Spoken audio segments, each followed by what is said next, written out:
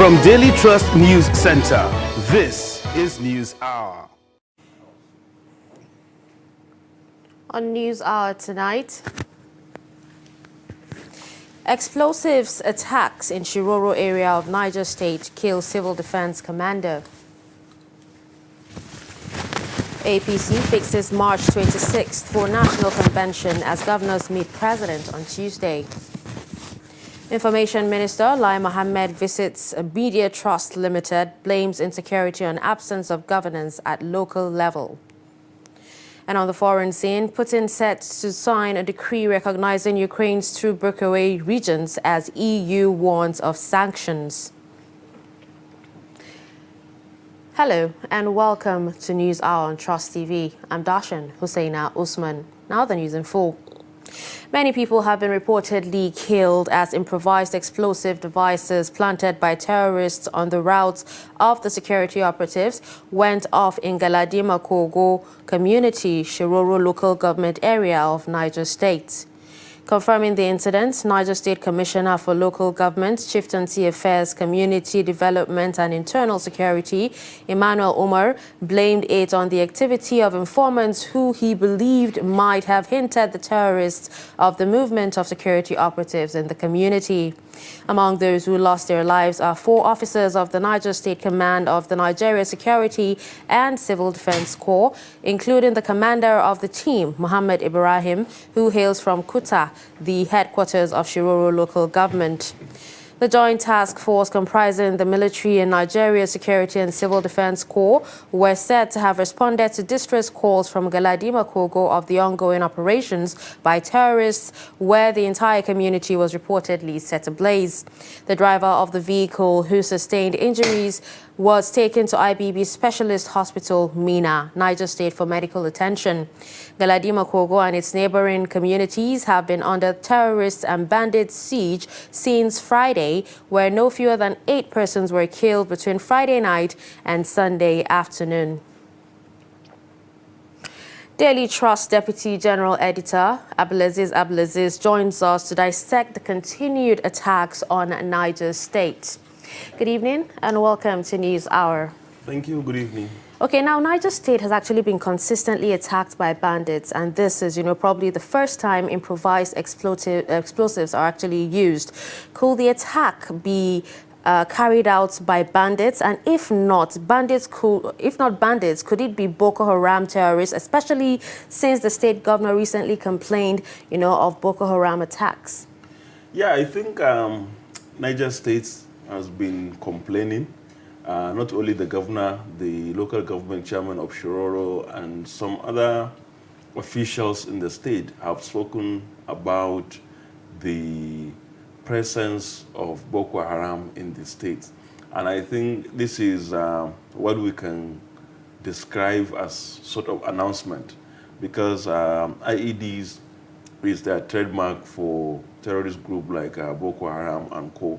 There is ISWAP that has been hibernating in parts of Niger State, especially around Shiroro, and also other similar groups in other parts of the state. Yeah. So Niger is actually now emerging as one melting pot for the security challenge afflicting especially northern Nigeria, because there are bandits there. There are these Boko Haram elements of ISWAP persuasion, and also there are other armed groups that are around the border between Nigeria and Benin in the same Niger State. So it's a serious problem, and it is these days what has been happening shows that perhaps something drastic has to be done, because recently we were actually celebrating the fact that gone are the days when explosives were used and all that, but now we're seeing a resurgence. Like, a lot of people actually seem to think that, what do you call it, insurgency is, the government, the fight against insurgency is actually, being won and everything. Yes, that is yes and no, because yes, it is true. that the scale at which we have had, you mentioned the explosives, you know, at the point, even moving on some roads, especially, for example, Abuja, Kaduna, and, you know, I mean, going into Kaduna or coming into Abuja, you know, there are traffic snarls, there have been bombing, like the one in Madala, in Menya, in the outskirts of Kaduna, in churches and all that. But yes, that has effectively been pushed back, but not for what's still happening in Borno State. But one major problem that Nigeria is facing, which is given rise to most of this problem, is the vastness of the country, the open spaces, that is called ungoverned spaces. That is a lot of huge forests that are not effectively covered in terms of security. And of course, even the issue of inadequacies on the part of the security architecture. One of the major ones is the issue of the numbers, because you have to have the numbers to effectively deploy and fight. But what we are witnessing is that the number is actually not commensurate with the vastness, with also the population. So these are combining to make the situation this bad. So would you say the bandits are re-strategizing instead? Well, as I said, I don't want to believe that these are the bandits that are doing this, but of course maybe the terrorists, all of them are.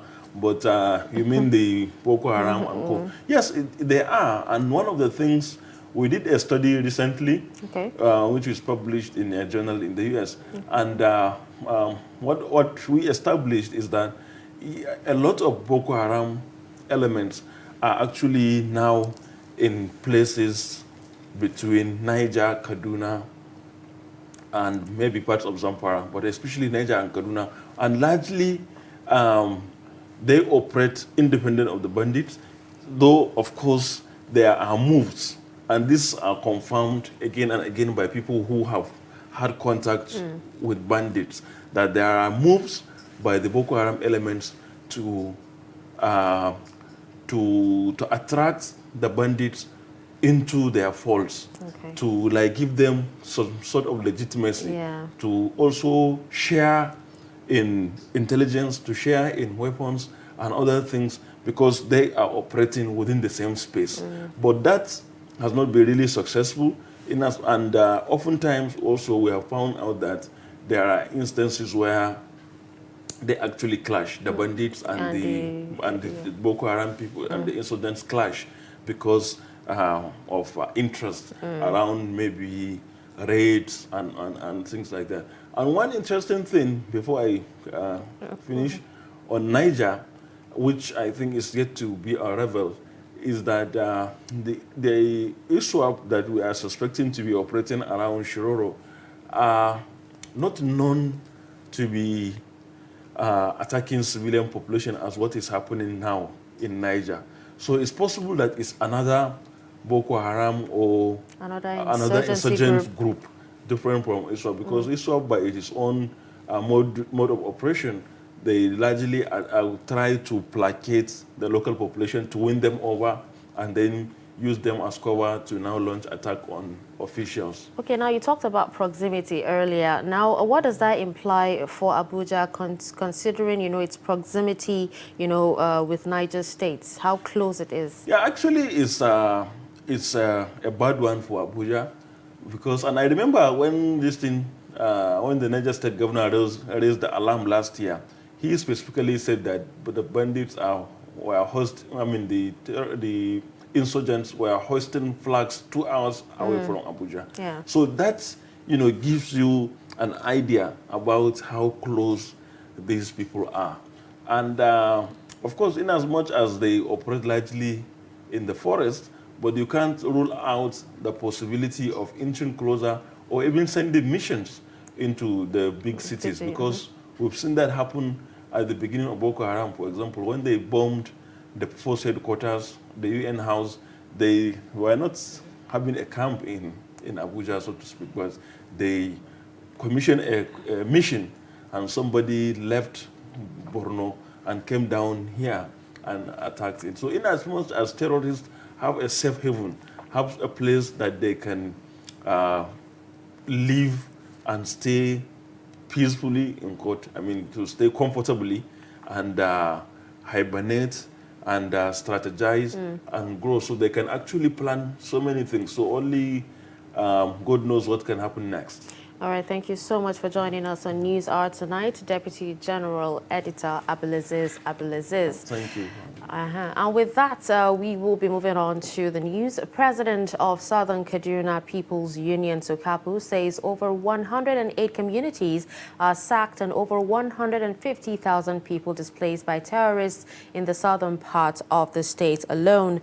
Jonathan Asake said this when the union and a non-governmental organization visited internally displaced persons camps in 3 local government areas in the zone. The camps are located in Chikun, Jama'a and Zangwan Kataf. The union and NGO distributes food items as well as free health services to them. The report. The internally displaced say that their loved ones were killed, while others are still missing with valuables and properties destroyed. Now, these people come to rape our women, they come to do a lot of things, and so we have no choice. Our people had no choice, but they have to come and look for safety. They keep on coming to attack us, kidnapping people and killing our men. So we could not wait any longer. We have to leave and come here. Members of the NGO said that they will come up with a skills acquisition program and train the internally displaced persons to become self-reliant. Our engagement with stakeholders in the field also showed that people require medical support. We understand that there are people that have had to be amputated just because they couldn't afford 2,000, 5,000 naira for medical bills. There are people who suffered fractures. There are people who will require bullets to be extracted from their bodies. Feeding them now is just the beginning of everything. We're already putting together a package where they can begin to learn skills. And all of this, and this is something that has to be sustainable, because you may not be able to continue feeding these people in their number. We pray that all this menace will end. But before then, let them be able to get to a point where they can fend for themselves. So of course, digital skills will come in, advanced farming will be taught, and all of these other social things will find spaces. Most of these relations that have taken these families in, these distressed families, some will take 7-member families, 14-member families, 20. In fact, I know of a family that took in 37 people. And they went to a point where they did not have any more food to eat in the house. And some will have to go begging. And just like Dr. Manzo has mentioned here, there is, again, need for medication. Between January and February, over 50 persons have been killed in Zango Kataf, Kauru and Kaura local government areas of the zone.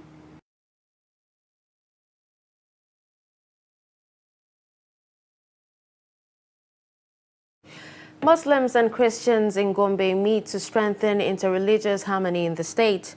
Northeast Development Commission convened the meeting to promote dispute and conflict resolution in a multi-religious and multi-ethnic society. Ibrahim Ismail reports.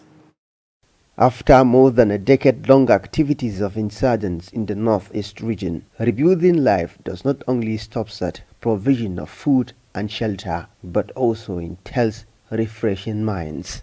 The Northeast Development Commission, saddled with the responsibility of rebuilding the region, has taken up the challenge to help strengthen harmony and understanding among people of different religious beliefs. Because we have seen what insurgency has done to the region. So we don't want anything of such to repeat itself. So we like to use each and every avenue that will bring peace to the region, to make sure that people are being enlightened from the grassroots to know what is really the benefit of staying with one another, living in peace. These are the kind of things we want the Northeast to be. That's the reason why we engage in such kind of training and at the same time workshops. Participants were chosen from Christian and Muslim faith with the support of community leaders. On behalf of the government, we are delighted because this is the kind of engagement and help we are looking for corporate organizations and other developmental organizations to come in and partner with the state government to help and develop our people, the society in general. The issue of conflict resolution and peaceful togetherness cannot be overemphasized. So we are really happy on behalf of the government to have this kind of engagement in Gombe. Some of the participants shed more light on their experience in the sessions. Because I have learned a lot that we have to actually tolerate one another for us to live in peace. We need to respect, each other's religion.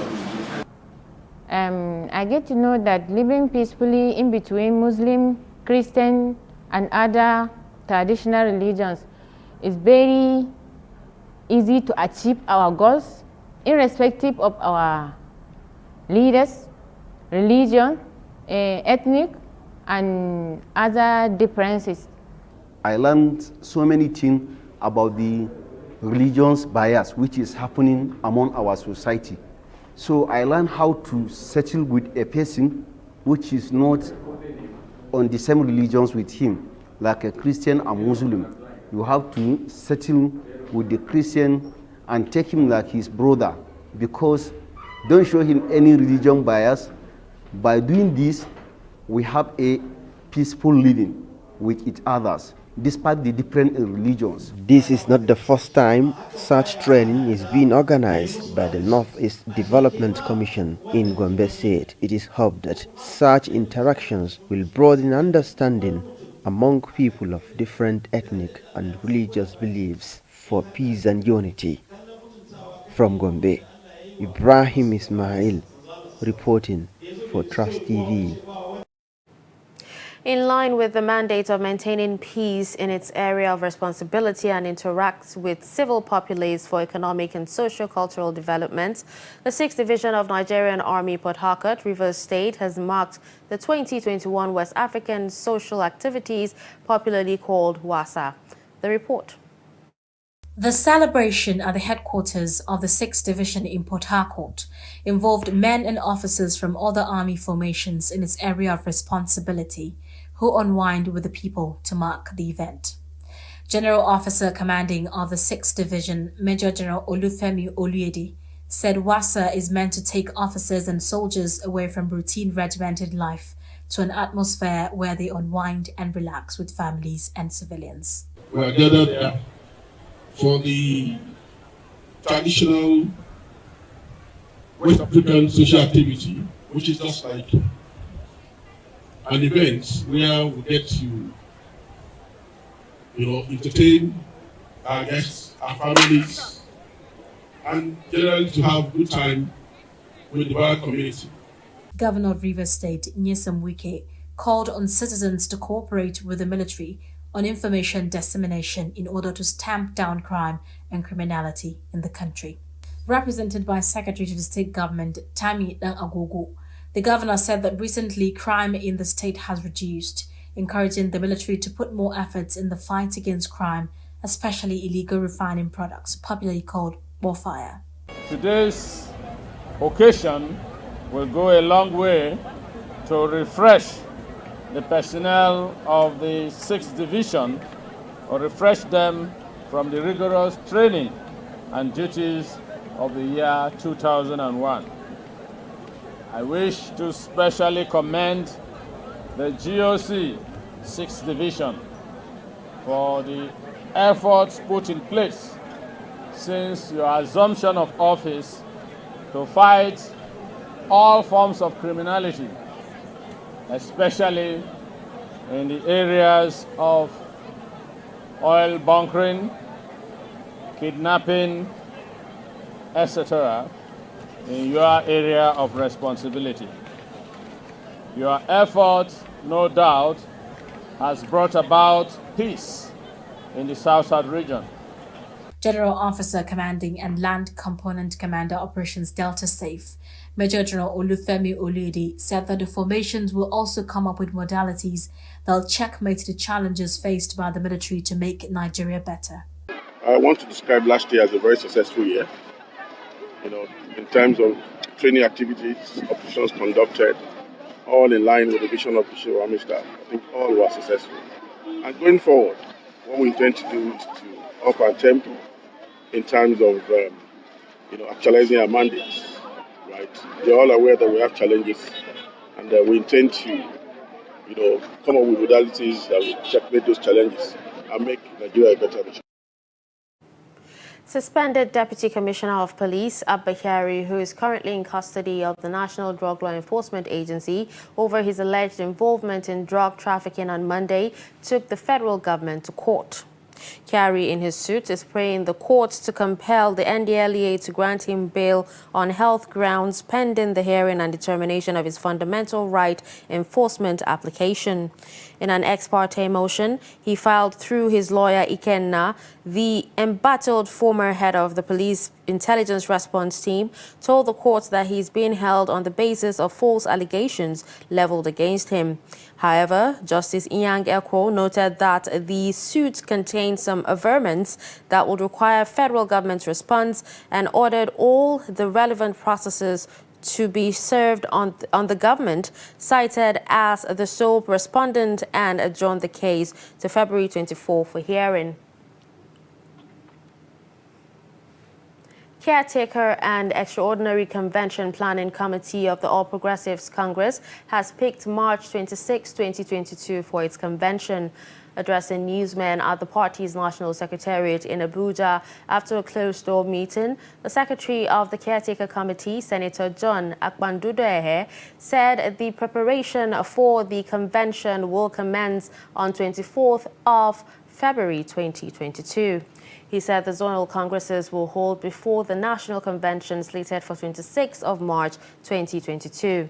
Earlier, the committee led by Mai Malabuni had postponed the party's February 26 national convention indefinitely to evaluate the party's constitution.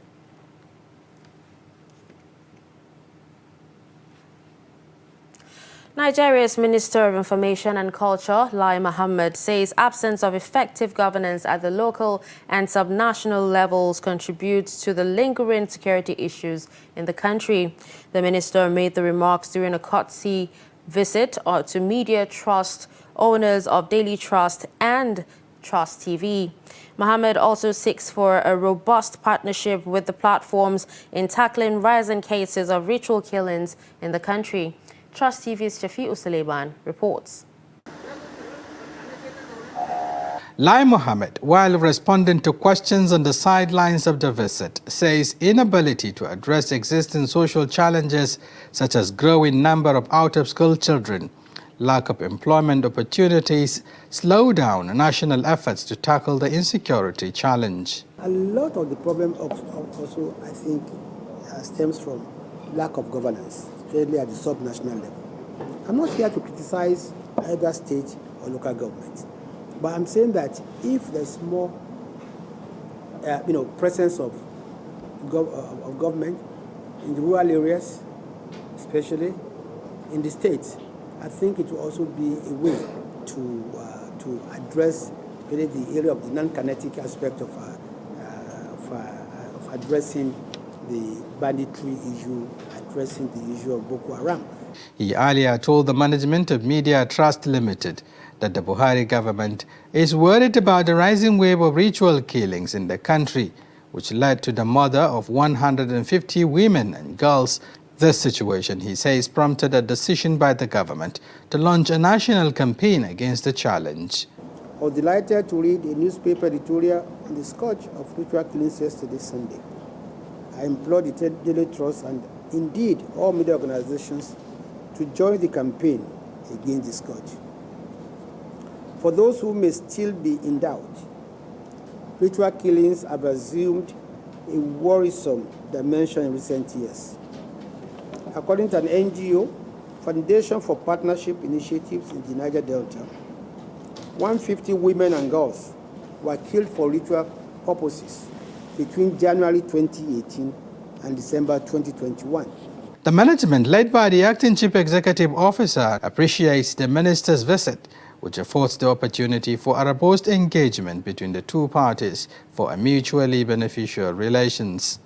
The important takeaways for me is the sensitive issue of ritual killing that you mentioned repeatedly in your speech, which is of concern to any sensible Nigerian, whoever he is. This should concern us.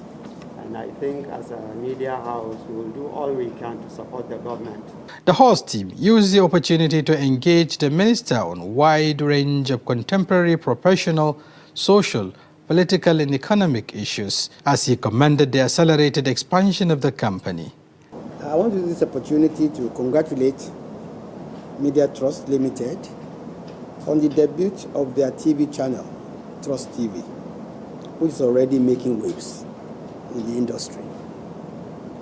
I heard from the grapevine I will soon be invited to appear on the new TV channel. I await the invitation. He is later taken around some operational areas. Shapir Suleiman, Trust TV News, Abuja. Investigative panel set by Zamfara State Chief Judge Justice Kulu Aliyu has begun sitting in Gusau with the former Permanent Secretary and Chief Accounting Officer in the office of the Deputy Governor Mahadi Gusau giving his testimony. The witness told the panel that the Deputy Governor misappropriated funds.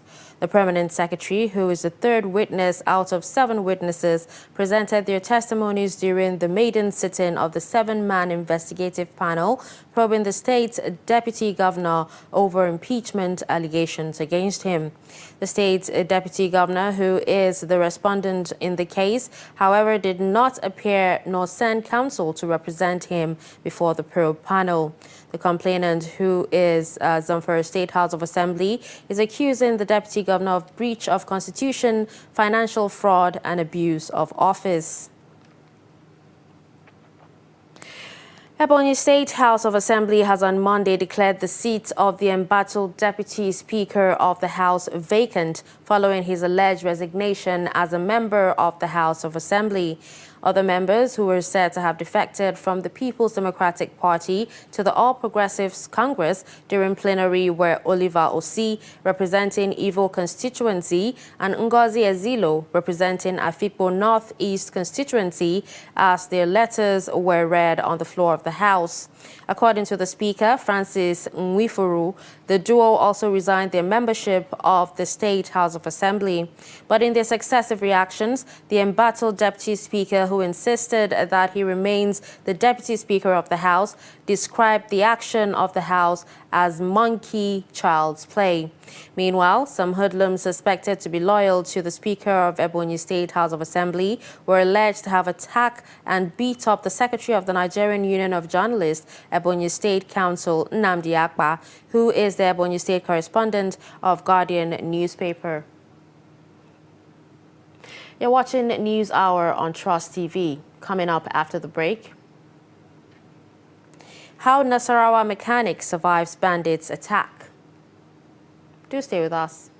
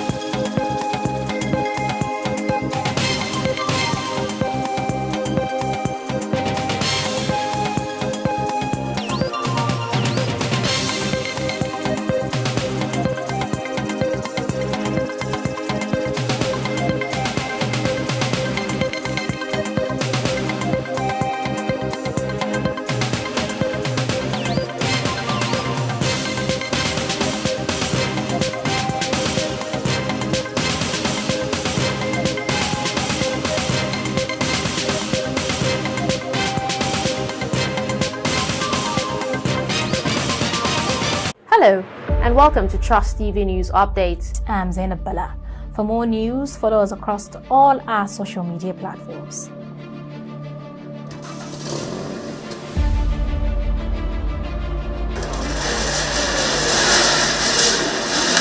The nightmare that most of these Pape residents have dreaded for many years is finally happening. The place is a skeleton of itself, a place that was once busy with patients trooping in and out. I'm standing right now. I'm standing on top of the Maloney Hill in the ancient city of Kefi.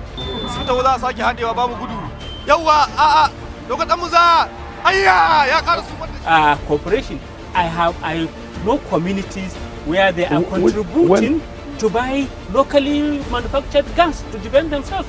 Being a Nigerian entrepreneur, and I am going to be taking you on a journey to show you the beautiful, the motivational and resilient nature of Nigerian entrepreneurs. Behind me is the Arewa Textile Mill, established in 1963 and eventually closed down in 2004. We are still going into some other hideouts to see if any apprehensions will be made tonight. Let's travel down to Shekau, a community in Yobe State, to talk to Shekau's mother on what she thinks about this development.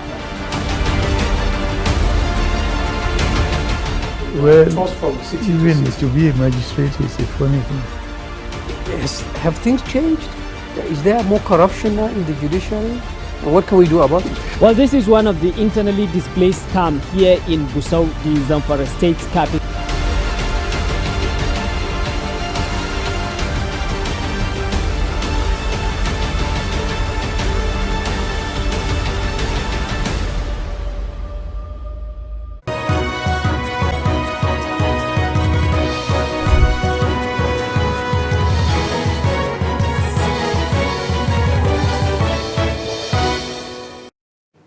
Welcome back and thanks for staying. You're still watching News Hour on Trust TV.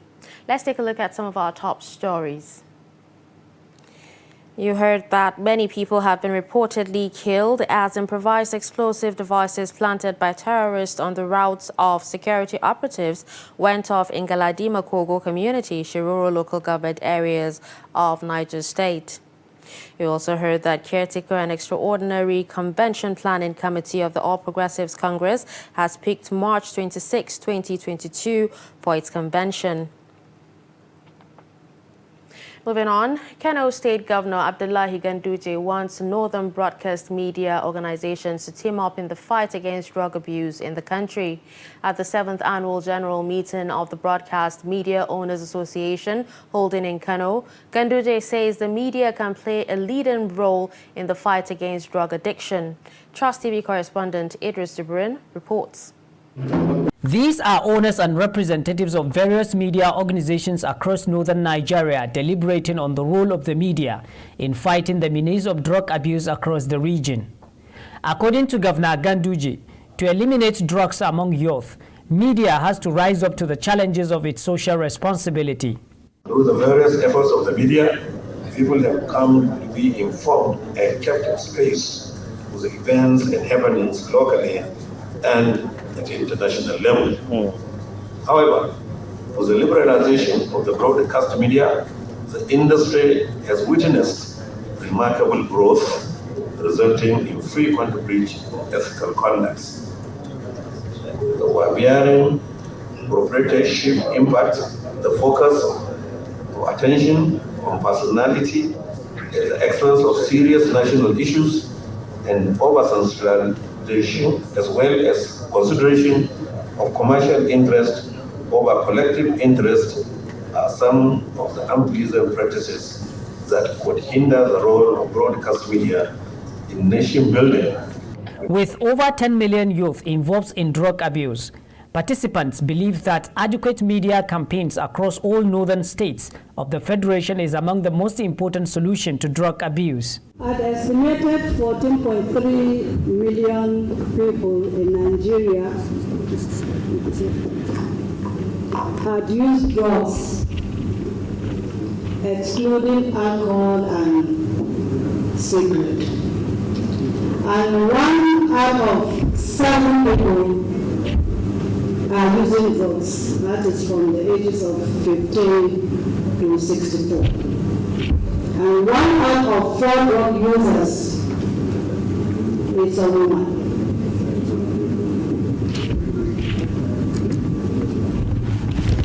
The statistics we have is that the Northwest Zone prevalence is 12.0%, numbers 3 million users. Meanwhile, the Northern Broadcast Media owners reiterate their collective resolve in partnership with all other relevant stakeholders in creating an avenue through which media practitioners can maintain a sustainable campaign against drug abuse. Now, this drug-free North campaign boils down to the fact that almost every crime starts with something like drug. Now, we have insecurity, we have a lot of things, but these kidnappings, killings, insecurities, banditry, most of them, almost 99.9% of them, have something to do with drugs. It's when they take these drugs that they can perpetrate their act. And also, we are concerned about the girl child doing drugs. We are concerned about women doing drugs. 1 out of 4 drug users is a woman. So we are really, really concerned, because if a woman does drugs and she is raising generations, we don't know what is going to happen. The 2022 7th Annual General Meeting of the Northern Media Owners will, among other things, deliberate on advertising revenue and the place of the Northern media organizations across the country. Idris Jubrin, Trust TV News, Kano. Imagine having to depend on others for support to do the most basic things in life that you've always done for yourself.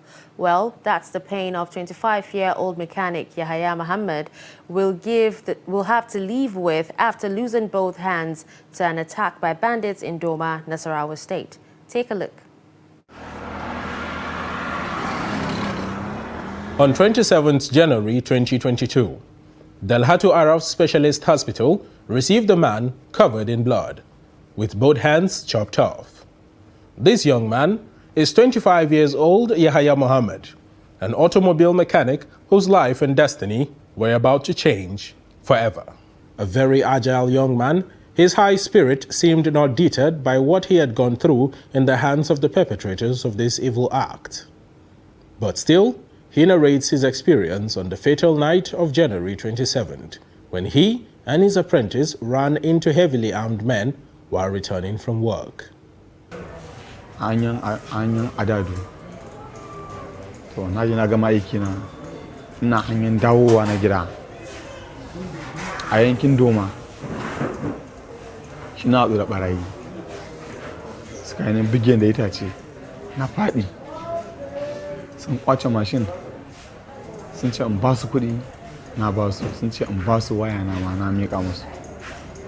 To sun ainihin jani zuwa jeji sun aje ni. Sun ɗauki mashin sun tafi. Biyu daga ciki sun gangara ta Doma a ƙafa. To wani lokacin da sun bubbuga ni ban da ƙarfin tashiwa ba. To kafin samu ƙarfin zan tashi sai ɗaya daga cikinsu ya juya ya dawo kaina. To da dawowan shi ba abin da ya dawo ya zo ya kashe ni. His life has now changed because he basically depends on others to do the most basic of things, including wiping himself and taking a bath. The victim's mother says she now does everything she used to do for him when he was just a baby. A very painful experience for her. I feel very pained by what happened to him. Taking care of him is difficult because I have to do everything for him as if he's a child. I bath him, feed him, and clean up after him. Even in his pitiful state, Yahaya still has a few words for those who committed the crime against him, while also advising others against engaging in such acts. Roƙona ga masu ta'addanci wanda zai iya daina, Allah ya sa ya daina. Wanda ba zai daina ba, in an kama shi a mashi hukunci daidai da abin da yana ma mutane. Wannan in an hukunta shi gobe wani in ya gani shi ma zai gudun aikata irin wannan abu. Moses Oko, the suspected killer of a level 300 student of University of Jos, Jennifer Anthony, has been arraigned before Plateau State High Court sitting in Jos. The suspect is charged on Monday for murder and mischief by the police. When the charges were read to the suspect, Oko neither accepts nor denies the charges. The suspect refused to comment on the charges and behaved to have not heard what was read before him. The judge thereafter adjourned the case to the 3rd and 4th of March for hearing. Recall that Jennifer's corpse was found on January 1, 2022 in Domus Passes guest house in Jos with her eyes and other parts of her body removed. The State Commissioner of Police, Bartholomew Onyeka, had on January 12 said the suspect, who is believed to be the boyfriend of the victim, is arrested in Benue State. The suspect is said to have fled Jos after committing the crime. Vice President Yemi Osinbajo says the nation is going through a period of critical developmental transformation despite current challenges. Osinbajo said that the Buhari administration is strongly desirous of making life comfortable for all Nigerians. He speaks during the inauguration ceremony of Senior Executive Course 44 at the National Institute of Policy and Strategic Studies, Kuru, Plateau State. Represented by Chief of Defense Staff General Leo Irabor, Osinbajo said that much effort and resources have gone into the provision of security and improving the living conditions of all Nigerians. Osinbajo also tasked participants of the Senior Executive Course 44 that Nigeria believes in their ability to do justice to the theme of the year and come up with striking findings and realizable recommendations with clear and workable implementation strategies to help the nation overcome the challenges of weak local governance structures and its attendant effects on government efforts and interventions. Litigation has marred the takeoff of modernization of e-customs project scheduled to be undertaken by the federal government to boost revenue collection for the country. The revelation is made by the Ministry of Finance and the Customs during a one-day public hearing by House of Representatives Joint Committees on Customs Finance on the need to resolve the debacle between the CBN and Adani Mega System Limited on Monday in Abuja. The report. The aim of the investigation, according to the Speaker Femi Gbajabiamila, represented by the Deputy Majority Leader Peter Akpatterson, is to find out why the project, as laudable as it is, has not taken off since its conception. The federal government, according to the House, loses $8.81 billion annually, monies which should have been used to finance budgets year in, year out, instead of borrowing. Success and failure of any policy, legislation, or government regulation depend almost entirely on the institutions and individuals responsible for implementing such policies and enforcing such legislation and regulation.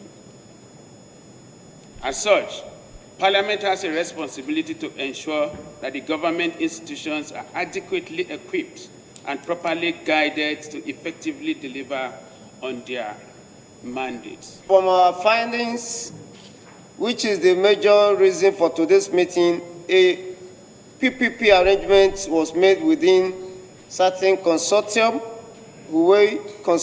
using the Special Purpose Vehicle, SPV, E-Custom HC Project Limited within a mandate to 1. Develop, design, implement and maintain the required e-custom end-to-end ICT platform. 2, to digitalize custom business and procedure. 3, upgrade Nigeria Customs Service ICT infrastructure to world class.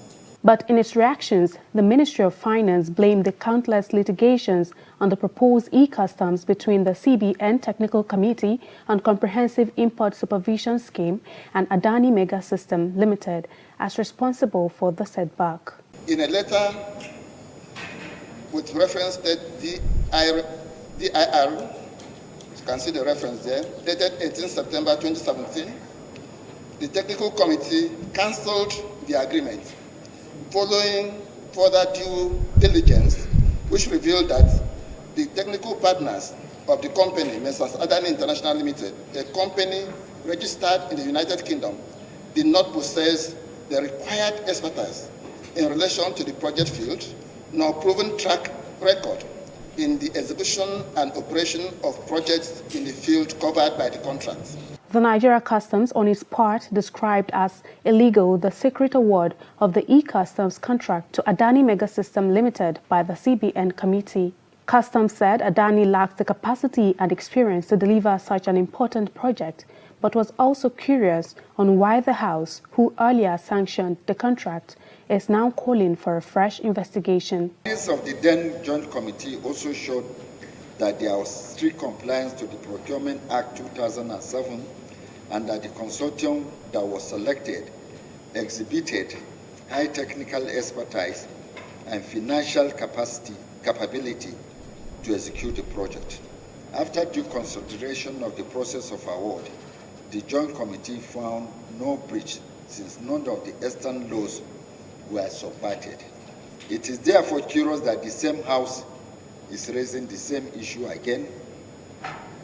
In conclusion, the agreement entered into by the 6th Technical Committee and the Messrs. Adani Mega System is void ab initio, being that the awardee, 6th Technical Committee, hetero lacks the authority to enter into any legal agreement. Lawmakers, however, demand an open apology from the Customs for the indictment. The CG of Custom, his address to this Parliament, especially in paragraph 4, his concluding paragraph, is very, very derogatory to the Parliament. And it is very wrong for a public officer, an appointed officer, to address a Parliament, elected representatives, that he's curious. That word, curious. So, honorable colleagues, honorable chairman, I demand that the CG of Customs must apologize to this Parliament for using such a derogatory statement. Earlier on, unfortunately, you came very late, which should have been the first point of your comment here when you came in. I apologize. Excuse me, please. So, to say that it is curious for the House to raise a matter over which we have the constitutional powers to raise is disrespectful to the House, and that is the point it's making. And that is the point you should address. It's not to go and begin to tell us why we need to do the project. Mr. Chairman, that's my submission. He's dodging the main point that was raised by Honorable Nkole. The committee, however, adjourned over failure of Adani Mega Systems to present its written submission, which would have guided the committee to make informed judgment in its investigation. The committee adjourned to Thursday, 4th of March, for further continuation of the matter.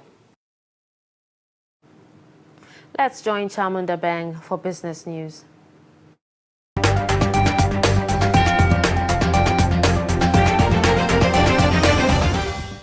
According to the International Monetary Fund, potential expansion of the use of the e-Naira to cross-border fund transfers and agency bank networks could lead to new money laundering and terrorism financing risks. The disclosure was made in IMF's Nigeria staff report for the 2021 Article 4 consultation. IMF welcomed the gradual rollout of the CBDC and highlighted the need for vigilance to various risks, including monetary policy implementation, bank funding, cybersecurity, operational resilience, and financial integrity and stability through regular risk assessment and contingency planning. However, the IMF has said that the CBDC is exposed to cybersecurity risks, unforeseen legal issues, and financial integrity risks. IMF stressed the need for attentiveness to the different risks, urging the CBN to fix existing deficiencies in anti-money laundering laws and combat terrorism financing. Domestic airlines have hiked their fares by 100%, with a one-way economy ticket selling for over 50,000 naira. This comes barely 24 hours after airline operators issued a statement detailing the operational challenges responsible for flight delays and cancellations. Among the challenges listed by the operators under the Aegis of Airline Operators of Nigeria (AON) were unavailability and the ever-rising cost of aviation fuel, unavailability of forex for spare parts and maintenance, delays from customs in the clearing of safety-critical spare parts, poor air traffic flow, and inadequate check-in counters. Director General of the Nigerian Civil Aviation Authority, Captain Musa Nuhu, said although airfares have long been deregulated and determined by market forces, each airline was required to file the new airfares and the reasons for the increase to the agency. He said he was not aware if the appropriate department had been notified. He, however, added that the agency would check some of the reasons given to see if the increase is reasonable. According to the federal government, scarcity of premium motor spirit, popularly called petrol, is not due to the absence of products, but inspection failure. Minister of State for Petroleum Resources, Chief Timipre Silva, expressed regrets over the importation of adulterated petrol into Nigeria and its attendant adverse impact nationwide. In a statement issued in Abuja by his senior advisor, Media and Communications, Horatius Egwa, the minister said inspection failure caused the scarcity of petrol in Nigeria, as he sympathized with Nigerians on behalf of the federal government. Meanwhile, the Coalition of Concerned Northern Forum have requested the federal government to sack the top management staff of the NNPC over the lingering fuel scarcity within 72 hours. The group said this in a statement jointly signed by the chairman Malam Ibrahim Bature and the spokesperson Abdusalam Kazim in Kaduna. The group warned that the failure of the government to act would lead to mass protest. Meanwhile, transport fares, prices of foodstuffs and other commodities have risen by over 60% as petrol is being sold above 300 naira in many filling stations in Anambra State. Trade Union Congress TUC has warned that it will order members to stop going to work if the challenge of fuel scarcity across the country persists for the next few days. The disclosure was made during a press briefing by its national treasurer, Mr. Mohammed Yunisa, after the conference of the Senior Staff Association of Statutory Corporations and Government-Owned Companies. It urged the federal government to identify and punish those who cause the scarcity that has brought untold hardship upon Nigerians. Federal government has issued a 6-month deadline to the Nigerian Communications Commission (NCC) to come up with innovative solutions in information communications technology. Professor Isa Pantami gave the deadline at a maiden telecommunications-based research and prototype exposition held in Abuja on Monday. The theme of the program is the drive towards commercialization of telecoms, research for sustainable development in the industry. 10 of the prototypes, fully developed and ready for phase of market entry, were presented and exhibited. One of the lead researchers from Ahmadu Bello University, ABU Zaria, Professor Sahalu Junaidu, developed an E-band tracker and monitoring system specifically for pilgrims. Junaidu said that the E-band was to ease the identification of people and would also help the authorities in the management of persons on pilgrimage. He, however, said that the project will be made generic so that it would cut across different areas. That's all for business news. I am Chamun Dabeng.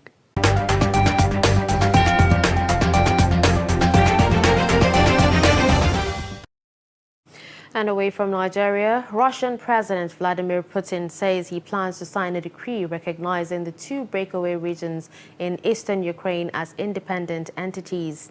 The French and German leaders voiced disappointment after hearing the decision, the Kremlin said in a readout of the phone calls. The West has repeatedly warned Russia not to recognize the separatists, a move that effectively buries a fragile peace process in the region. Meanwhile, Russian military say it has prevented a diversionary reconnaissance group from breaching the border from Ukraine. The EU has joined calls for Russia not to annex or recognize breakaway Ukrainian regions, warning of sanctions from the 27-nation bloc should Moscow do so. French President Emmanuel Macron has called an emergency national security meeting to address developments linked to the crisis in Ukraine. Still on the foreign scene, thousands of Sudanese protesters have taken to the streets across the country to rally against the October military coup and to demand the release of prisoners. During Monday's demonstrations, protesters called on the military to go back to the barracks in the city of Wad Madani, south of Khartoum. Regular protests calling for civilian rule in Sudan have occurred throughout the northeast African country, despite a deadly crackdown since the power grab led by Army Chief Abdel Fattah al-Burhan. At least 82 people have been killed in the crackdown, many of them shot dead and hundreds wounded by security forces. Multiple political figures and anti-coup activists are among those who have been detained. Security forces in Khartoum fired tear gas at hundreds of protesters who tried to rally outside the presidential palace where the ruling Sovereign Council is based along the Nile River. And finally, in sports, President of Nigerian Volleyball Association, Musa Nimrod, says the game is back to stay in the country as the annual game kickoff in Kaduna. Fatima Saleh Ladan has more.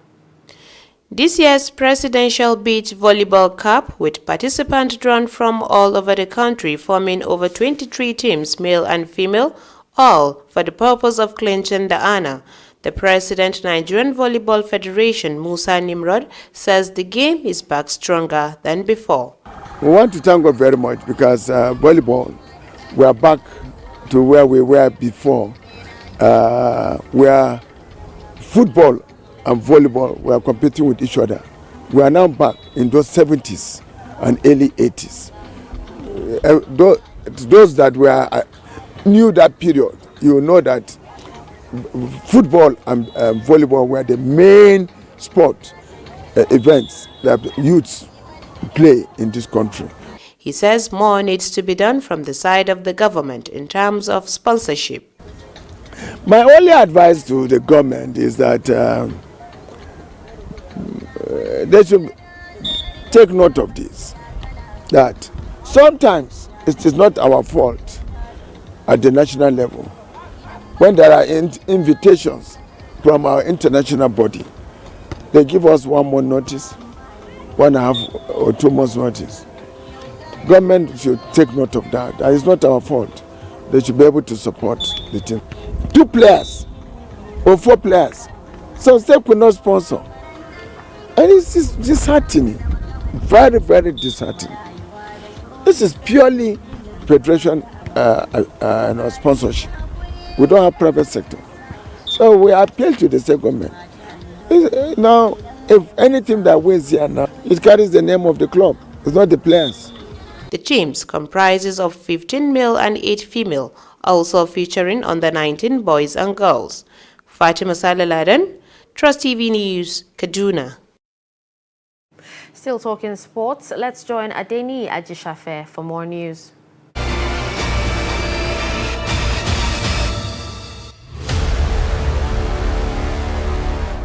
Inspector General of Police Usman Baba has congratulated Police Constable Yetunde Aina for winning World Boxing Federation International Super Bantamweight title against United Kingdom's Laura Payne at City Coast Centre, Portslade, East Sussex, London.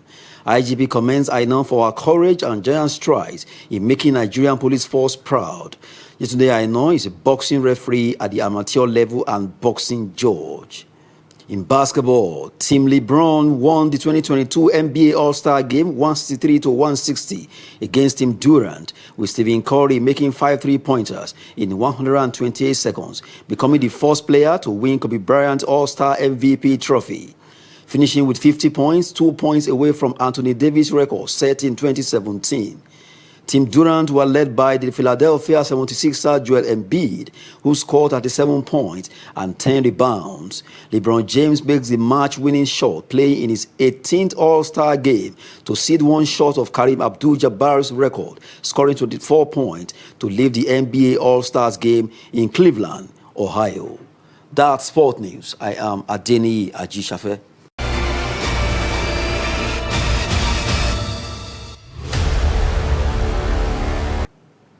We've come to the end of News Hour on Trust TV. Don't forget to follow us across all our social media platforms.